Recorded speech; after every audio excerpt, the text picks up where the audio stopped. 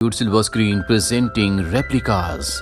इस कहानी की शुरुआत में विलियम और एड को दिखाया जाता है, जो दोनों के दोनों बायोमेडिकल रिसर्च साइंटिस्ट हैं। इनके पास एक सोल्जर की बॉडी को लाया जाता है और अब ये इस सोल्जर के एहसास, उसकी यादों और उसके दिमाग और दिल में जितनी भी चीजें हैं उन सब को एक रोबोट के अंदर ट्रांसफर करना चाहते हैं। जल्दी इनका एक्सपेरिमेंट पूरा हो जाता है। ये रोबोट के अंदर सोल्जर की यादों को, उसके दिल के एहसासों को डाल देते हैं और इसके बाद बैटरी से, करंट से उसे ऑन किया जाता है। इनका एक्सपेरिमेंट कामयाब हो चुका है। इसका मतलब ये है कि इन्होंने एक मरे हुए इंसान की यादों को, उसके दिमाग और दिल की हर एक चीज को एक मशीन, एक रोबोट के अंदर डाल दिया। और जब उस आर्मी ऑफिसर को पता चलता है कि असल में वो मारा जा चुका है और उसका शरीर रोबोट का है, तो ये देखकर वो शॉक्ड हो जाता है और अपने आप पर हमला करके अपने आप को खत्म कर देता है। और इस तरह से इनका एक्सपेरिमेंट कामयाब होने के बाद भी फेल हो जाता है। विलियम का बॉस उसे कहता है कि अगर जल्दी तुमने एक्सपेरिमेंट पूरा नहीं किया तो इस डिपार्टमेंट को हमेशा के लिए बंद कर दिया जाएगा। लेकिन विलियम और उसका दोस्त एड ऐसा नहीं चाहते। विलियम घर आता है जहां पर वो अपनी पत्नी और अपने बच्चों के साथ घूमने के लिए जाता है। दरअसल ये पिकनिक पर जा रहे होते हैं। रास्ते में बारिश होना शुरू हो जाती है। साथ ही इतनी अंधेरी रात में गाड़ी चलाना बहुत मुश्किल होता है और तभी बिजली एक पेड़ पर गिरती है, जिससे पेड़ टूटकर इनकी गाड़ी के ऊपर गिरता है। विलियम की पत्नी की वहीं पर मृत्यु हो जाती है। साथ ही गाड़ी का बैलेंस बिगड़ जाता है, जिससे गाड़ी पानी में गिर जाती है और विलियम के तीनों बच्चों की मृत्यु हो जाती है। विलियम ने आज रात को अपने पूरे परिवार को खो दिया। इस बात से विलियम टूट जाता है और जल्दी वो अपने आप को संभालता और अपने दोस्त एड को कॉल करता है, जो उसके साथ रिसर्च में काम करता है। वो एड से कहता है कि डेटा इकट्ठा करने वाली, यानी कि दिमाग से डेटा निकालने वाली मशीन को लेकर तुम जल्दी से जल्दी मेरे पास आ जाओ। वो एड को अपनी लोकेशन बताता है। एड जल्दी वहां पर पहुंच जाता और जब वो वहां पर विलियम के परिवार की ऐसी हालत देखता है तो वो शॉक्ड हो जाता है। विलियम एड से कहता है कि मेरे पूरे परिवार के दिमाग से उनका डेटा निकाल लो। हालांकि एड को उसकी बात अच्छे से समझ नहीं आती, लेकिन एड उसके पूरे परिवार के दिमाग से उनका डेटा निकाल लेता है। ये दोनों अपनी लैब में आते हैं जहां पर एक काम करते हैं। वहां पर वो एड को बताता है कि मैं अपनी पूरी फैमिली के क्लोन्स बनाऊंगा, जिनके अंदर मैं उनकी यादें, उनके एहसास को डालूंगा। एड कहता है कि तुम गलती कर रहे हो। आज तक इस तरह का कोई भी एक्सपेरिमेंट कामयाब नहीं हुआ। वैसे भी क्लोन बनाने पर रिस्ट्रिक्शन है, सरकार इसकी इजाजत नहीं देती। लेकिन विलियम अपने परिवार को वापस हासिल करना चाहता है, इसीलिए एड से कहता है कि मुझे अपने पूरे परिवार के क्लोन्स बनाने होंगे, जिन्हें मैं हूबहू अपने परिवार की शक्ल दूंगा। एड को उसकी बात माननी पड़ती है क्योंकि वो उसका अच्छा दोस्त है। दरअसल विलियम इस तरह के एक्सपेरिमेंट्स को पहले भी कर चुका है, लेकिन इंसानों के ऊपर नहीं बल्कि जानवरों के ऊपर।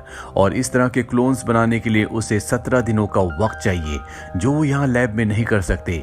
इसीलिए लैब की जरूरी मशीन लेकर अपने घर पहुंच जाता है, जहाँ सबसे पहले वो अपने पूरे परिवार के क्लोन्स बनाएगा, जिसमें 17 दिन लगेंगे। लेकिन इनके पास क्लोन्स बनाने की मात्र 3 मशीन्स होती हैं, जबकि इन्हें 4 क्लोन्स बनाने हैं क्योंकि 4 लोगों की मृत्यु हुई है। विलियम तय करता है कि वो अपने परिवार के एक सदस्य का क्लोन नहीं बनाएगा, इसीलिए वो सबके नाम एक एक कागज की चिट पर लिखता है और जिसका भी नाम निकलेगा उसका क्लोन नहीं बनेगा। उसकी सबसे छोटी बेटी सोफी का नाम निकलता है, जिससे वो सबसे ज्यादा प्यार करता था, यानी कि अब वो अपनी छोटी बेटी का क्लोन नहीं बना सकता। एड विलियम को बताता है कि अगर 17 दिनों के अंदर बीच में एक बार भी लाइट गई तो क्लोन बनने की प्रक्रिया रुक जाएगी, यानी कि इनका पूरा का पूरा एक्सपेरिमेंट खराब हो जाएगा। इसीलिए विलियम आसपास से बहुत सारी बैटरीज लाता है ताकि क्लोन बनने की प्रक्रिया बीच में ना रुके। एड विलियम से पूछता है कि तुम अपने परिवार को क्या जवाब दोगे। उनके दिमाग में एक्सीडेंट की यादें होंगी, साथ ही तुम्हारी छोटी बेटी की भी। विलियम तय करता है कि वो अपने पूरे परिवार के दिमाग से एक्सीडेंट वाली रात की सारी यादों को मिटा देगा, साथ ही अपनी छोटी बेटी की यादों को भी। और अब वो इस पर काम करना शुरू कर देता है, जिस वजह से वो अपने ऑफिस नहीं जा पा रहा होता। एड जब ऑफिस जाता है तो उसका बॉस पूछता है कि विलियम कहाँ पर है। उसका ऑफिस आना बहुत जरूरी है, क्योंकि अगर उसने अपने एक्सपेरिमेंट को पूरा नहीं किया तो हमारे डिपार्टमेंट को बंद कर दिया जाएगा। वहीं विलियम के बच्चों के स्कूल से टीचर घर पर आ जाते हैं, क्योंकि वो कई दिनों से स्कूल नहीं जा रहे होते। साथ ही उसकी पत्नी के ऑफिस से भी कॉल आना शुरू हो जाते हैं। विलियम अपनी पत्नी के मोबाइल से सबको मैसेज कर देता है कि मैं अभी सिटी में नहीं हूँ, मैं छुट्टियों पर बाहर गई हूँ, जल्दी वापस वापस आ जाऊंगी। और अब देखते ही देखते 17 दिन पूरे हो जाते हैं। एड विलियम के पास आता है क्योंकि आज वो दिन है जब सभी क्लोन्स को पानी से यानी कि लिक्विड से बाहर निकालना है। लेकिन विलियम अब भी दुविधा में होता है। वो कहता है कि हो सकता है कि हमने किसी चीज को मिस कर दिया हो, मैं अब इस चीज के लिए तैयार नहीं हूँ। एड उसे समझाता है कि यही सही वक्त है क्लोन्स को बाहर निकालने का। अगर हमने देर की या एक दिन और रुके तो क्लोन्स खराब हो सकते हैं। और इसके बाद ये सभी क्लोन्स को बाहर निकाल देते हैं। क्लोन्स एकदम से जिंदा होकर शॉक में आ सकते हैं, इसीलिए इन सबको 3 दिन के लिए बेहोश कर दिया जाता है। विलियम अपनी पत्नी के पास जाता है जो बेहोश होती है, और जब वो उसके हाथ को टच करता है तो उसके दिमाग में जो यादें होती है, जो एहसास होते हैं, उससे मशीन का जो मीटर होता है वो अप डाउन होना शुरू हो जाता है। यानी कि उसकी पत्नी को बेहोशी की हालत में भी एहसास है। विलियम समझ जाता है कि क्यों रोबोट वाला एक्सपेरिमेंट पूरी तरह से उसका फेल हो गया था, क्योंकि जो इंसान का दिमाग होता है उसका तालमेल इंसान के शरीर के साथ भी होता है, और रोबोट के पास जो जिस्म था वो इंसानी नहीं था बल्कि वो मेटल का था। इसीलिए होश में आने के बाद वो रोबोट यानी कि इंसान पूरी तरह से शॉक्ड हो जाता है, जिस बात को एक्सेप्ट नहीं कर पाता, और उसका दिमाग पूरी तरह से आउट ऑफ कंट्रोल हो जाता है। विलियम को अब सोल्यूशन पूरी तरह से समझ में आ चुका है, कैसे वो एक इंसानी दिमाग को एक रोबोटिक बॉडी में पूरी तरह से सक्सेसफुली ट्रांसफर कर सकता है। इसके लिए बस उसे उस इंसानी दिमाग की यादों से निकालना होगा कि कभी उसके पास इंसानी जिस्म था, और ऐसा करने के बाद जब वो होश में आएगा तो रोबोटिक बॉडी देखकर उसे लगेगा कि ये उसी का जिस्म है, और एक्सपेरिमेंट सक्सेसफुल हो जाएगा। यहाँ पर वो अपने पूरे परिवार के दिमाग से अपनी छोटी बेटी की यादों को और एक्सीडेंट वाली रात को पूरी तरह से डिलीट कर देता है। अब सब के सब होश में आ जाते हैं। विलियम को उसका परिवार वापस मिल चुका है। वो उसी तरह से बिहेव कर रहे होते हैं जैसे वो पहले किया करते थे। इस बात से विलियम बहुत खुश होता है क्योंकि उसने वो कर दिखाया जो वो करना चाहता था। साथ ही उसे उसका परिवार वापस मिल गया। और अब विलियम को अपने डिपार्टमेंट को बचाने के लिए रोबोट वाले एक्सपेरिमेंट को पूरा करना होगा। इसीलिए वो तय करता है कि अब वो अपने दिमाग की रेप्लिका यानी कि अपने दिमाग की कॉपी बनाएगा, जिसे रोबोट के अंदर डालेगा ताकि उसका एक्सपेरिमेंट पूरा हो जाए और उनका डिपार्टमेंट बच जाए। वहीं विलियम की पत्नी को दिखाया जाता है जिसे अजीब अजीब से कभी कभी विजन्स आते हैं जो उसकी छोटी बेटी के बारे में होते हैं, जिससे कभी कभी वो डिस्टर्ब हो जाती है। लेकिन विलियम उसे बार बार कंसोल करता, उसे समझाता है कि ऐसा कुछ भी नहीं है। वहीं एक रात को जब विलियम की बेटी सो रही होती है तो उसे सपना आता है जिसमें वो उस एक्सीडेंट को देखती है जो हुआ था, और उसमें उसकी मॉम की मृत्यु हो जाती है। ये देखकर वो पूरी तरह से घबरा जाती है, उठ जाती है। विलियम वहां पर आता और अपनी बेटी को समझाता है कि ये सिर्फ एक बुरा ख्वाब था, तुम्हें दोबारा सो जाना चाहिए। और जब वो सो जाती है तो वो अपनी बेटी को नीचे ले जाता है। यहाँ पर वो अपनी बेटी के दिमाग को मशीन्स के साथ जोड़ता है। दरअसल वो देखना चाहता है कि कहीं उसकी बेटी के दिमाग में एक्सीडेंट वाली कोई याद रह तो नहीं गई। और जब वो ऐसा कर रहा होता है तभी वहां पर उसकी पत्नी भी आ जाती है। उसकी पत्नी सब देखकर हैरान होती है। उसे शक होता है कि विलियम ने कुछ न कुछ किया है जिस वजह से उसे उसकी बेटी को अजीब अजीब से ख्याल, अजीब अजीब से विजन्स आते हैं। हालांकि विलियम अपनी पत्नी को कुछ भी नहीं बताना चाहता, लेकिन उसके बार बार पूछने पर वो बता देता है कि कुछ वक्त पहले हमारी गाड़ी का एक्सीडेंट हो गया था जिसमें तुम्हारी और बच्चों की मृत्यु हो गई थी। इसके बाद मैंने तुम सबके क्लोन्स बनाए और अपने परिवार को वापस हासिल कर लिया। ये जानकर उसकी पत्नी को बहुत दुख होता है कि वो एक इंसान नहीं बल्कि एक क्लोन है, लेकिन वो इस बात से सेटिस्फाइड होती है कि उसके पास उसके बच्चे हैं। अगले दिन यहाँ पर विलियम का बॉस आता है और विलियम से कहता है कि मुझे पता है कि कुछ वक्त पहले तुम्हारी गाड़ी का एक्सीडेंट हुआ था जिसमें तुम्हारी पत्नी और बच्चे मारे गए थे।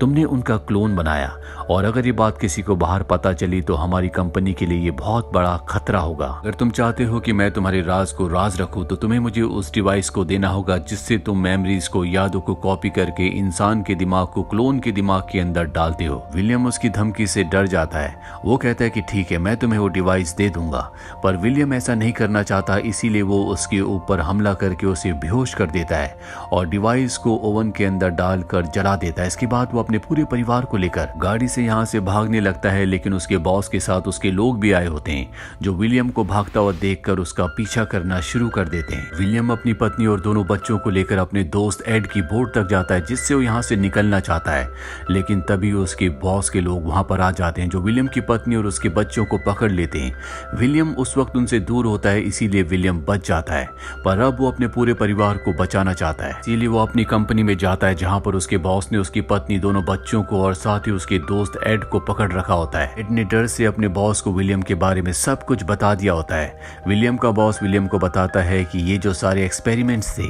ये मेडिकल पर्पस के लिए नहीं थे, बल्कि यूएस की गवर्नमेंट इसे फंड करती है क्योंकि वो यूएस आर्मी के लिए इस तरह के वेपन यानी कि इस तरह के खतरनाक सोल्जर्स बनाना चाहती है और अब तुम्हें वो डिवाइस मुझे दोबारा देना होगा। लेकिन विलियम ऐसा नहीं करना चाहता, इसीलिए वो उसके दोस्त को मार देता है। इसके बाद वो उसके परिवार को भी मारना चाहता है, लेकिन विलियम उसकी शर्त मानने से तैयार हो जाता है और उसके लिए वो डिवाइस बना देता है जिस डिवाइस से वो किसी की भी माइंड की यादों को कॉपी करके किसी दूसरी डिवाइस में या दूसरे रोबोट में या किसी दूसरे इंसान में डाल सकता है। और अब विलियम उस डिवाइस को बनाकर अपने बॉस को दे देता है, जिसके बाद भी उसका बॉस उसके परिवार को मारना चाहता है। पर इससे पहले कि वो ऐसा करता, यहाँ विलियम अपने उस रोबोट को बुला लेता है जिसके दिमाग में उसने अपने दिमाग की कॉपी डाली थी। दरअसल रोबोट को विलियम अपने दिमाग से कंट्रोल कर सकता है। ये रोबोट बहुत ज्यादा खतरनाक होता है, इस पर गोलियों का भी कोई भी असर नहीं होता, इसीलिए विलियम के बॉस के सभी लोगों को मार देता है। विलियम को मौका मिल जाता है और वो अपने परिवार को लेकर यहाँ से भाग जाता है। अपने परिवार को बाहर गाड़ी में छोड़ने के बाद वो वापस अंदर आता है, जहाँ पर वो देखता है कि उसका रोबोट उसके बॉस को मारने वाला होता है। दरअसल अब वो बहुत बुरी तरह से जख्मी है। विलियम अपने रोबोट को रोक लेता है। विलियम का बॉस कहता है कि मैं मरने वाला हूँ, लेकिन मेरे मरने के बाद भी मेरे लोग तुम्हें नहीं छोड़ेंगे क्योंकि वो तुम्हारे बारे में सब कुछ जानते हैं। विलियम कहता है कि मैं तुमसे एक डील करना चाहता हूँ, मैं अगले 17 दिनों में तुम्हारे क्लोन को बनाकर तुम्हें जिंदा कर दूंगा, जिससे तुम्हें एक नई जिंदगी मिलेगी। इसके बाद तुम मेरे रोबोट के साथ मिलकर, जिसके अंदर मेरा ही दिमाग है, उन अमीर लोगों के क्लोन बना सकते हो जो मरने वाले हैं, जिससे तुम बहुत अमीर आदमी बन सकते हो। लेकिन इसके बदले तुम्हें मुझे और मेरे परिवार को हमेशा के लिए छोड़ना होगा। तुम्हारे आदमी कभी मेरे परिवार का और मेरा पीछा नहीं करेंगे। विलियम का बॉस विलियम से कहता है कि जल्दी मिलेंगे, यानी कि उसने इस डील को एक्सेप्ट कर लिया है। और अब विलियम उसका क्लोन बनाने के लिए जाता है, लेकिन उसका रोबोट कहता है कि तुमने मुझे एक नई जिंदगी दी है, ये काम मैं कर दूंगा, तुम अपने परिवार के साथ यहाँ से निकल जाओ। विलियम अपने परिवार के साथ इस जगह से निकल जाता है। वो अपने परिवार के साथ अब समंदर के किनारे रहता है, जैसा कि वो हमेशा से चाहता था। वो अपने परिवार के साथ खुश है। वहीं कुछ समय बाद विलियम के बॉस को दिखाया जाता है, जो कि अब जिंदा हो चुका है, यानी कि वो एक क्लोन है और विलियम के बनाए हुए रोबोट के साथ मिलकर काम करता है। ये उन अमीर लोगों के क्लोन्स बनाते हैं जो मरने वाले हैं और इस तरह से बहुत सारे पैसे कमाते हैं। वहीं हमें विलियम को दिखाया जाता है जिसने अपनी छोटी बेटी के क्लोन को भी बना लिया है और इस तरह से अब वो अपने पूरे परिवार के साथ खुश है। इसी के साथ ये फिल्म, ये कहानी यहीं पर खत्म हो जाती है। उम्मीद करते हैं कि ये कहानी आपको पसंद आई होगी।